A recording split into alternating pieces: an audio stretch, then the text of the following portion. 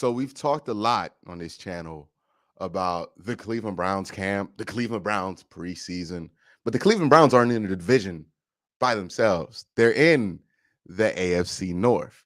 So there's more to worry about for his team. Obviously, there's 31 other teams in the NFL, but also you have to worry about the division, one of the toughest divisions of football. So to bring on and talk about this division, I have Sonny, how you doing? Tony, wait a minute. Are we getting a full AFC North talk show almost? Kind of, a little bit preview. Yes, sir. If you guys don't know, these are my co-hosts for the AFC North Talk channel. We have a lot of fun there. We stream during the season every Tuesday and Thursdays. So if you like what we're doing here, make sure you subscribe to that channel. And make sure you get notified to that channel because the live streams kick twice a week. And also, if you like live streams, I'm going to be streaming the Browns game Sunday at 1 o'clock. It's almost a preview of a real game Sunday at 1 o'clock. So let's get it. Make sure you subscribe to both channels, support both endeavors. But we are here to talk about the AFC North. We're going to talk about the Browns. We're going to talk about the Ravens. We're going to talk about the Bengals. We're going to talk about the Pittsburgh Steelers. And we're here to talk about how these camps have been going. And one of the teams that had left last season on the Sopranos dark screen ending of football last year, right? Where you're like, whoa, where did this lead? Where are we going? What's next? What is our future in tow? So many questions. That's the Pittsburgh Steelers. Now, I don't know who gave them that ending. I'm not sure what team it was that made the end of the year for the Pittsburgh Steelers such a mystery. I don't know. I can't remember. January was such ancient history at this point. Long time ago. It was like the second week of January, right? I don't remember it. But I remember it happened in Heinz Field, and it just completely changed that and a couple other things. A couple other division games changed the outlook on the Pittsburgh Steelers' future. But Tony, you've been watching their preseason games. They had the most preseason games out of all of us. You've been keeping up with their camp. I know they're pretty secretive down there in Latrobe. What have you picked up about this Pittsburgh Steelers team, and what do you think their future is going to look like? Well, I think the big thing to talk about in preseason so far, and this was the storyline ever since they drafted him back in April, is Najee Harris, and would Najee Harris deliver? Of course, so much of what this team is trying to do in 2021 and how they're trying to change offensively is going to be built around getting this running game going again. You and I have talked in the past about how bad the Steelers were at running the football a season ago, and so they have to get better in this area. And I think what you can see from the first two preseason games, and you're seeing this in practice as well, is that Najee Harris is pretty much as advertised, right? This offensive line is going through a major change, 5 position changes on that offensive line, 5 new starters essentially, with Okorafor going from right tackle to left tackle. And so Najee Harris is going to be asked to do things on his own in some ways and asked to get yards on his own. I think you've seen that against Dallas. You saw that a little bit against Philly. He had limited reps in that game. But that's the big storyline, and I think it's arrow pointing up for him. It's early, it's preseason, he's still playing against some of the backups, so we're going to reserve judgment, obviously. But some of the traits you saw from him at Alabama are translating to the pros. That offensive line, it's hard. And I was on Sonny's channel the other day. We were talking about offensive line play and trying to judge that in the preseason. Boy, is that difficult because it's kind of these mishmashes of offensive lines, and you don't know who the starters are going to be. I think there's some guys pointing up there for the Steelers. I think Dan Moore Jr., the guy they took in the 4th round, has really been a surprise at the tackle position. Not sure he's going to get a chance to start, but certainly for a team that's got all new starters, you want some depth alongside that. The other one, guys in PFF have them like top of the line, right? PFF has the Steelers offensive line is the greatest preseason offensive line of all time. And in this case, I hope they're right. They have Kevin Dotson, I think, as a 94 in like the 25 snaps or whatever he played. Yeah, no, it's Hall. I mean, like they're printing up the gold jacket for Kevin Dotson right now. He's in the preseason Hall of Fame. One of the bigger storylines and a real surprise to me, because you guys will remember when the Steelers signed Dwayne Haskins, I was not big on that signing. I have not been big on Dwayne Haskins whatsoever. He showed out a little bit against the Eagles, and that was really nice to see. I know a lot of Steeler fans want to see Mason Rudolph unseated as the backup quarterback. I don't know that that's going to happen this offseason because of the familiarity that this coaching staff has with Mason and Mason has with the wide receiving core and whatnot. But Haskins certainly, another guy arrow pointing up. And then defensively, I think one thing we could talk about here, Quincy, is Joe Schobert, a former Brown, getting traded to the Pittsburgh Steelers. That I think was a really good trade for the Steelers because they needed another presence inside alongside Devin Bush, kind of a hedge against the idea. Hey, what if Devin Bush doesn't transform into the great player that we think he can be?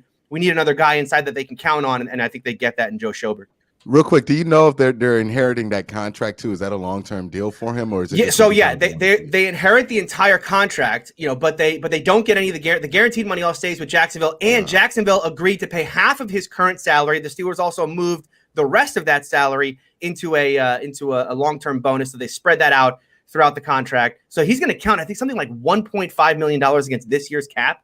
And for a 6th-round pick, it's such a good deal for the Steelers, because the one problem I always had, I had with Schobert in Jacksonville was his contract. He just got way overpaid there, but the Steelers have done what they can to alleviate those concerns. And so I think they got a pretty good player for not a whole lot. Yeah, I remember when somebody on this show, he got a lot of flack from his fan bases about, hey, maybe we shouldn't have signed Joe Schobert to $10 million. It turned out to be the right thing to do. But one of the biggest talking points about the Pittsburgh Steelers, I think, is that quarterback position, right? It's inevitable. It's the big elephant in the room. It determines whether you think the Pittsburgh Steelers can still make the playoffs, or if you think they're going to be a bottom team in the NFL. I know we got a wide-ranging amount of opinions on Big Ben here, and we're going to get to that. But I'm going to let Tony speak first. Like, where do you think Ben is in relative to how he played last year and how wildly he played at different parts of the season last year? Which Ben are you getting at this point? Are you getting the beginning of the season last year, Ben, or the first 11 games? Or are you going to get kind of what he morphed into? Like, what are they doing with him? Well, it's, and this is it's so funny. This part of the year is like the worst part to try to evaluate, because everything coming out of the camp is my arms. The elbow has literally never. I feel like I'm 18 years old again. It's a brand. He's in the best shape of his life. We hear all the tropes that you hear at this time.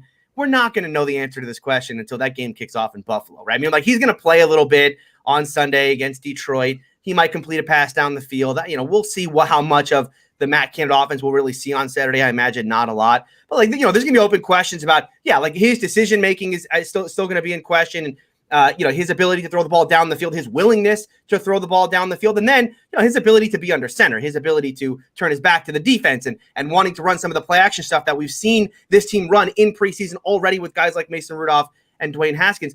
All of that stuff is just an open question. Now, you read the reports from camp, and it does sound like he's doing that stuff, and especially the last couple days as this team has kind of moved into more game preparation, you're seeing him run a lot of that stuff. But it's one thing to do it in a camp environment. It's another thing to do it, in a real live game environment, especially one where they're going to be in Buffalo against a team last year that was in the AFC Championship game. So I think it's an open question. I like what the Steelers are doing from an offensive standpoint, just limiting their exposure to Ben Roethlisberger. I think one of the big problems last year was how obvious that offense became at the end of the year when it was only going to be the Ben Roethlisberger show. That, I think, is what this offense has to fix. You limit the amount of Ben Roethlisberger you have to see. You're probably in a better spot, because, boy, if this team has to be the Ben Roethlisberger only show offensively, they're going to be much more like they were at the end of the year, which is a 1-5 team, than they were at the beginning of the year, which was an 11-0 team.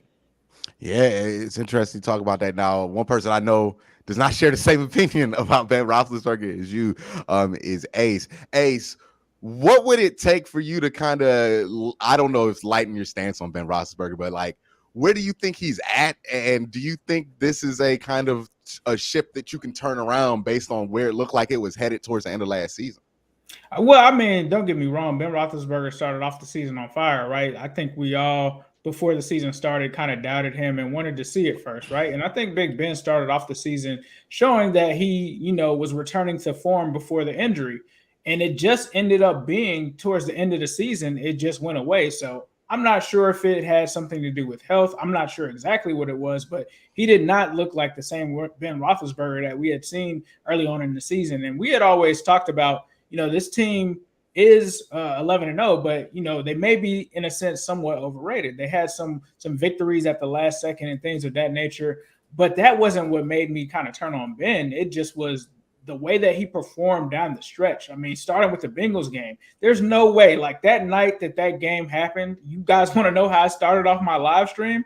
I was showing video games from like PS2 and stuff like that. I didn't think the Bengals had a chance in that game. I'm going to keep it 100. That's how I started off the night. So for him to lose to the likes of Ryan Finley, which I am not a Ryan Finley fan at all whatsoever. I was that night. But before that, Ryan Finley, I didn't know if he even deserved to have a roster spot in the NFL. let alone be a guy that was going to be able to beat Ben Roethlisberger. And Ben down the stretch just kind of turned into the guy that we've seen in his low moments that turns the ball over. And to me, that was what I kind of saw from the Bengals game down to the stretch, even with the Browns, obviously. And it just looked like the arm was dead. So I think that he can still essentially get through a regular season. But I think even if you look outside of last year, when you look at Big Ben in the playoffs in recent history, he kind of has faded down the stretch. And so my question is, where will Big Ben be at down the end of the stretch? Now, the other thing that concerns me, you talked about it earlier, was the offensive line. And obviously me as a Bengals fan, I know what a bad offensive line can do to your quarterback and how that unit can affect them, right? I saw it with Andy Dalton. I saw it with Joe Burrow, ended up getting him taken out last season. And so that's one of the reasons that I'm skeptical. And it's when you look at Big Ben in general, as talented as he's been, I don't think he's ever been a guy that's, finished the season or hasn't had spurts where he's had to sit out of games due to injuries. And I just felt like, that's a recipe for disaster to give an older quarterback like Ben a questionable line where he could be taking some hits at, because we all play the same schedule this season, right? We're playing a lot of good edge rushers this year. You're talking about Khalil Max. You're talking about a lot of guys that are some of the top edge rushers. And so that's why I'm kind of somewhat worried about Ben Roethlisberger, but he's a Hall of Famer. So if he does come out and ride out with on his high horse, then I wouldn't be surprised. But just the combination of the offensive line and how I saw him fade down the end of the stretch has me kind of concerned for them. Obviously, I'm not concerned because I'm a Bengals fan, so I want Ben to be bad. I appreciate your concern, Ace. I appreciate your concern. But that's why I'm kind of skeptical when it comes to him. Well, I want to hit on one thing that Ace said there, which is, kind of how this team has faded down the stretch and Ben Roethlisberger's faded. Look, it's not just a Ben Roethlisberger thing. The year that this team did not have Ben Roethlisberger for a season, they also faded down the stretch that year. They were 8-5 and finished the year 8-8. In fact, this is a team over the last 3 seasons they started 7-2-1. 3 seasons ago, finished that year 9-6-1, started 8-5, finished 8-8, started 11-0, finished 12-5 a season ago. So this is a question mark, not just for Ben Roethlisberger, for this entire team. And this team, look, will it start hot? Will it not? What we're going to know about this team, we'll find out in weeks 12 through 14 or 12 through 17, because 12 through 18 this year, because we have the 17th game.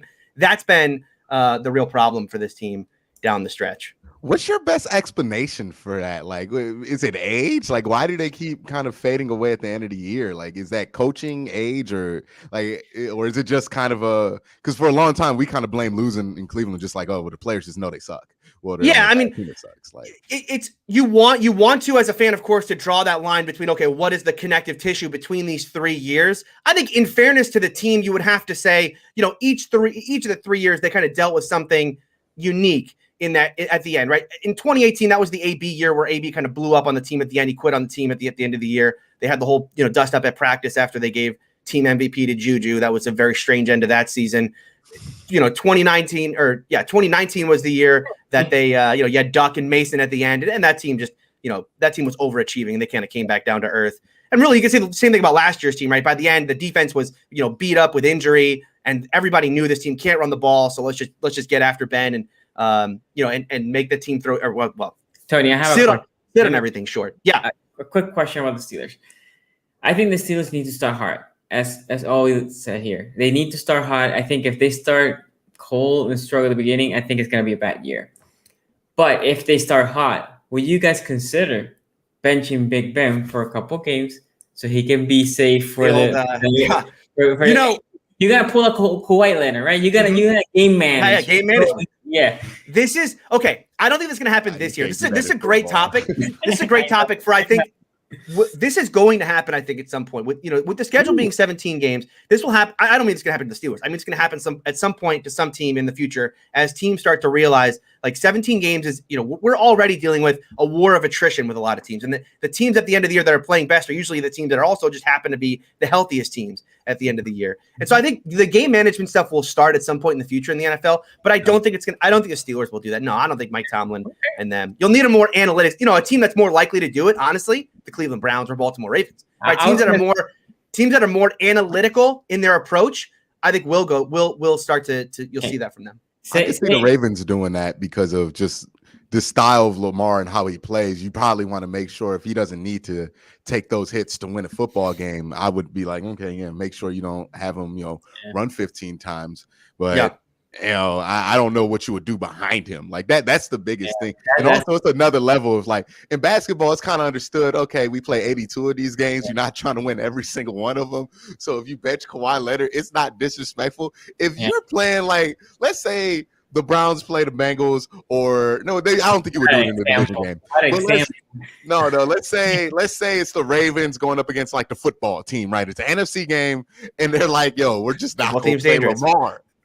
You know what I mean? Like it's enough dudes on every NFL team. Like the parity is there enough to where like you can't get away with that. Like take the football team lightly at your own I mean, even if you're saying like it's the Giants or whoever it is, each team, like Ryan Finley and the Bengals. Yeah, I mean, take that like game off. We learned last year, right? That even a team like the Bengals, who did not have a lot of their starting players, were not that great of a team they were decent at the end of the year, but they weren't necessarily like a team you thought would be a playoff contender.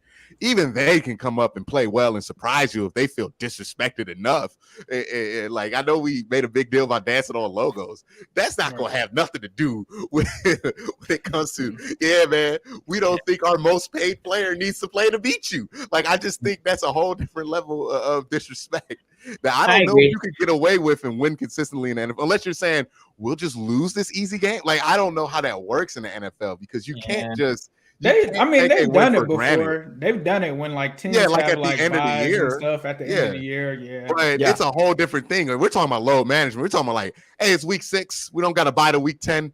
We're gonna give some of our starters our veterans a break here and not play them. Nah. I don't know if you could give up wins like that because I don't think you win games in the NFL if you low manage. I agree here. I agree. But before I think Q, I want to hear the Browns because the hype is real. Although look, in the Pittsburgh Steelers, I get we have the best O-line in Haskins and it's coming at Jesus. You watch and see. That's what I get from the Steelers. But from Browns fan, it's every position. JOK is got sent to the Browns. And then they tell me all about their secondary. That D-line is tremendous. I think you have no holes. Everybody's great. I want to hear from you. How's camp going? Well, camp's going relatively well. We talked about JOK a lot on my channel this week, so I'll be brief with it. He looks like everything I thought he would be coming out of Notre Dame. Granted, it was a preseason game, and he wasn't playing in the first half of it. But you just saw the explosiveness, the size, the ability to break through, tackle some bigger guys, and the ability to break off blocks. Make you just not be that concerned about the perceived lack of size that he has. He's 6'1", about 220 now, so he's not even a small linebacker per se, or he's just a smaller one, not a especially small one. And then, look, the Browns ain't played their starters in the preseason games. I don't know if they ever will. There might be one of those teams. They had a very successful year last year with no preseason games. Like, who knows if they even play their starters? They won't play Odell. There's no reason to put Myles Garrett out there for a preseason game. I'd imagine his job doesn't really change that much. So I don't know if you get him, but I do want to see John Johnson on the field. I do want to see the secondary on the field because I need to make sure that communication's down pat because blown coverages and blown communication was just a huge part of it. And I need to figure out whether that was how Joe Wood structures the communication. Was there an issue there? Or if it was just the players weren't communicating well enough and that you upgraded in that area so that won't be a problem. Other area of concern for the Cleveland Browns is that interior defensive line. I watch Andrew Billings out there, and I'm not convinced that they have upgraded in the interior of the defensive line. Now, granted, I'll give him a break here because he did not play football for a year. This was his first real action. So, maybe he steps it up in the next couple of weeks.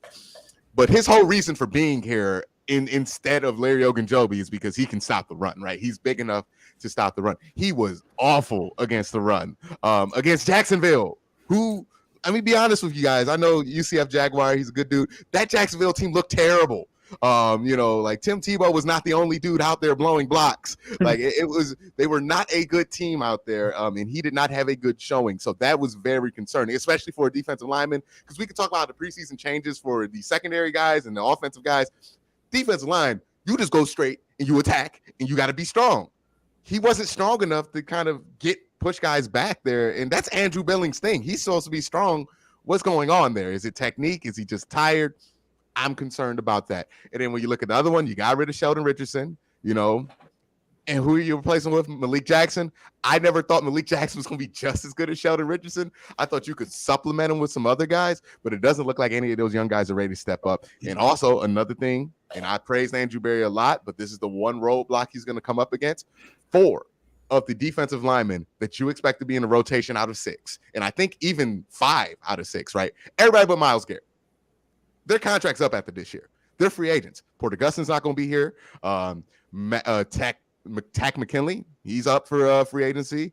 And then you have Andrew Billings and you have Malik Jackson. Am I forgetting somebody else? I'm probably forgetting. Oh, Jadeveon Clowney. Obviously, he's not. Yeah. His contract's going to be up next year too. So your whole defensive line, it's great that you have Myles Garrett out there like that. That is ultimately the piece de resistance, right? That you have out there that can kind of like anchor you, but you got to figure something out there. Some of these young guys have to step up. Did not like what I saw there from a defensive line standpoint. Tony, you got something to say? Yeah, no, I was just gonna say, can that be a plus though? The idea that your entire defensive line is on basically 1 year prove it deals, right? I mean, you the whole contract year situation for some of those guys. Yeah, that's good for this year. I'm talking about for the future. Yeah. Because they're coming into a point once they get they're probably going to do it. If they give Baker Mayfield his extension, if they give Denzel Ward his extension, if you extend Wyatt Teller, you're not going to have money to give 5 guys 1 year deals. You got to be able to replace these guys with early round draft picks. You're at that point of your rebuild where in a couple of years, Richie LeCounte, he's going to have to play. Demetric Felton, he's going to have to play. Donovan Peoples-Jones, he's going to have to play because they're going to be cheaper alternatives to keeping Odell, keeping these bigger names. And with the defensive, with other positions, I see those pieces in place. I'm confident about their ability to reload. Defensive line, I'm talking about Marvin Wilson making the team here. He's an undrafted free agent, a coveted undrafted free agent, but still an undrafted free agent. So that's a huge concern to me. I don't know if that upgrades there. That could be very frustrating if teams can go up the middle on you as good as you are at everything else. Maybe Clowney helps out in that. Maybe they put Clowney inside more often. I don't know what they're going to do there, but I'm concerned about the interior of that defensive line. Everything else, we talked about the Odell Baker Mayfield thing ad nauseum. I think they're going to be fine. I think this offense is going to be fine. I think Baker's going to be probably closer to what he was at the end of last year, which is, pretty good quarterbacking, and his numbers will reflect that. And then Chubb and Hunt, there's no reason to think they're going to get worse, right? So as of right now, so the offense, I'm not. Chubb got paid, so he's you can just rest a little bit now. Got paid a little bit. Hey, take that wear and tear. How about he already doesn't take that much wear and tear because he shares the load with so much. But Anthony Schwartz is an interesting guy. A lot of excitement about him, right? Because he runs like a 4.21 or whatever he runs. He's a super fast guy. I think he's a piece that you kind of needed last year when you didn't have Odell because you didn't have a burner. All your burners got hurt. JoJo Natson, Odell, not there. So you're like throwing deep balls to Rashard Higgins, who runs like a 4.85. Like he's not fast at all. So you need somebody who can be a little bit of a deep threat.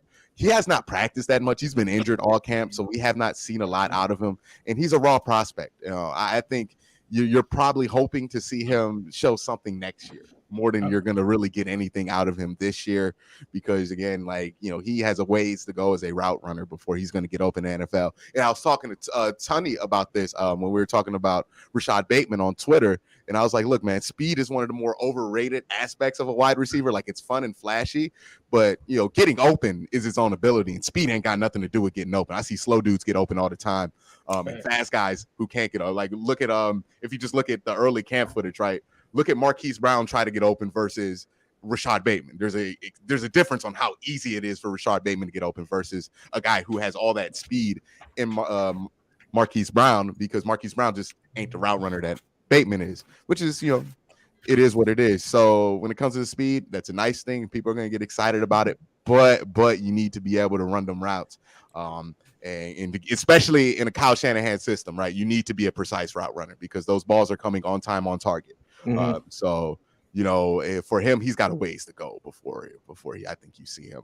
Do you guys have any other questions about that? Yeah. What about the secondary? So look, it's obvious that they've upgraded the secondary. They've added a bunch of new pieces there. They're likely to get Grant Delpit back this year, but has there been any clarity yet as to which guys are standing out, which guys are going to be starters? You have a cornerback, Greedy Williams from a couple years back. Could he be, could he ascend his way above Greg Newsome in that lineup? And then at safety, Grant Delpit comes back, but you also have Ronnie Harrison there. Assuming John Johnson is going to be the starter.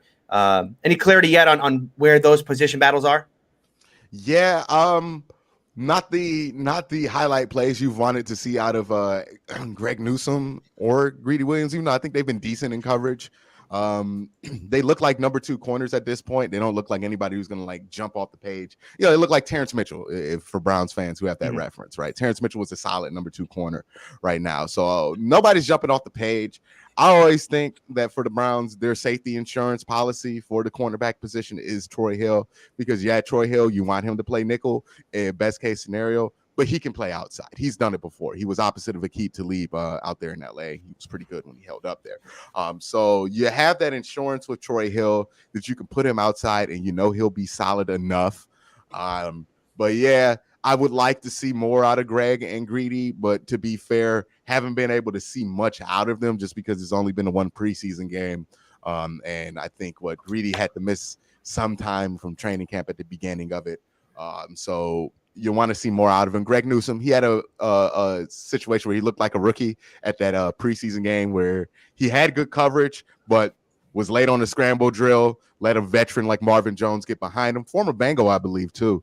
He's been in the league for quite a while. Get behind him, made an excellent play, excellent throw from Trevor Lawrence. So, yeah, you want to see more out of these guys. The potential's there, but, that's going to be another thing. And also, the other thing I talk about with this Cleveland Browns team, the defense is a huge question mark because so many best players on defense are injury prone to an extent, right? Like we talk about Myles Garrett. Myles Garrett's missed games every year of his career.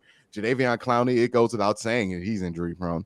Denzel Ward, it almost goes on that same level without saying that he's injury prone. Missed games every single year of his career. Greedy Williams, he's on Jadeveon Clowney levels of injury prone. And Greg Newsome, not the cleanest injury history coming out of Northwestern, right? Those are 5 very key players. Grant Delpit's coming off an Achilles injury. Those are 6 players that you're kind of hoping to be out there for your defense that don't necessarily, if they stay healthy, you would have to have a very clean injury history. So I don't want to, when I speak about the Browns, and I speak very happily about the Browns, I don't want to speak as if I don't think there are any issues with them. Like they have to get fortunate on the injury end. The defense has to hold up and be deep enough to be there. We don't know if Takk McKinley's coming back to camp because he just hasn't been there. He's been out for personal reasons.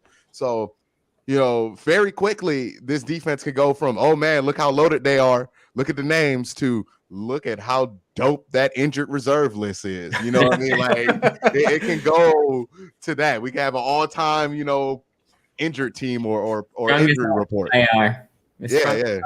All right. So, I got one more here. I know we're probably running a little long, but the funnest part of preseason, of course, is getting to see everybody's backup quarterbacks, right? And then you get the backup quarterback battle. The fans invent the backup quarterback battle. I will say this: Kyle Lauletta looked pretty good. Is there a backup quarterback battle in Cleveland?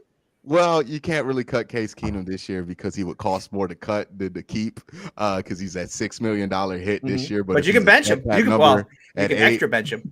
Yeah, you can make him a DMP, but I still think you have to keep him on the active roster. He just wouldn't be one of those guys out there.